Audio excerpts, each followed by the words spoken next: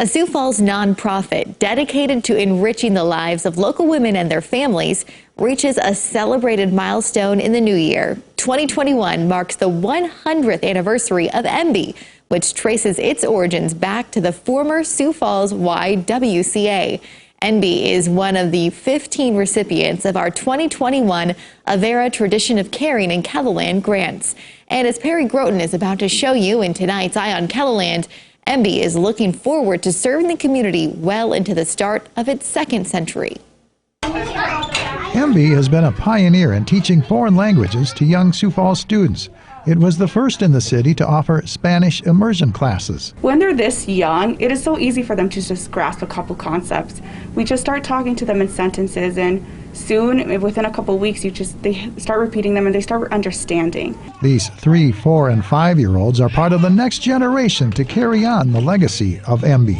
So it's been great for those kids who did start at Embe, and now they have a chance to continue to grow even more beyond, but everything started here as a young age, and Embe has continued to try to grow the program. This is what I was hoping to find. Embe's outreach to the community goes back 100 years when the YWCA opened in Sioux Falls in 1921. The idea was to provide women a place to be in the community.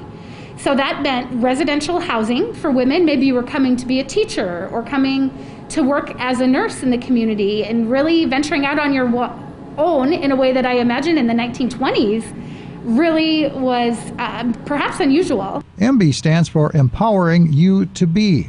In 2013, it stepped out from under the YWCA umbrella to become its own self-sufficient agency. Our leadership and board made a decision to make that break and to serve as a fully local organization.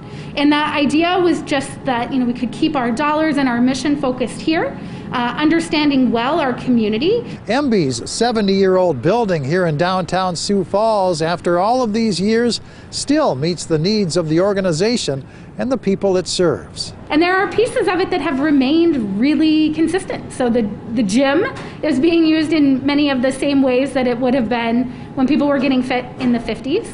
The pool was added in 1965, but it's still here, and generations of Sioux Falls and area kids have learned to swim in that pool. Embe's ripple effect that started in 1921 has spread far and wide over the past century. Women in 1921 probably would have never imagined childcare and women in the workforce in the way that we have reality today. But it just means we're there and we're nimble and adaptive to our environment. And while the faces and programs have changed and adapted over the years, Embe's commitment of empowering women will remain strong into 2021 and beyond. So that notion that women have a place in the community and that our community is better off and thrives best when everyone is successful really has remained steady. With Eye on KELOLAND, I'm Perry Groton. This month, Embe leaders approved a new strategic plan that will carry the organization through the next 3 years.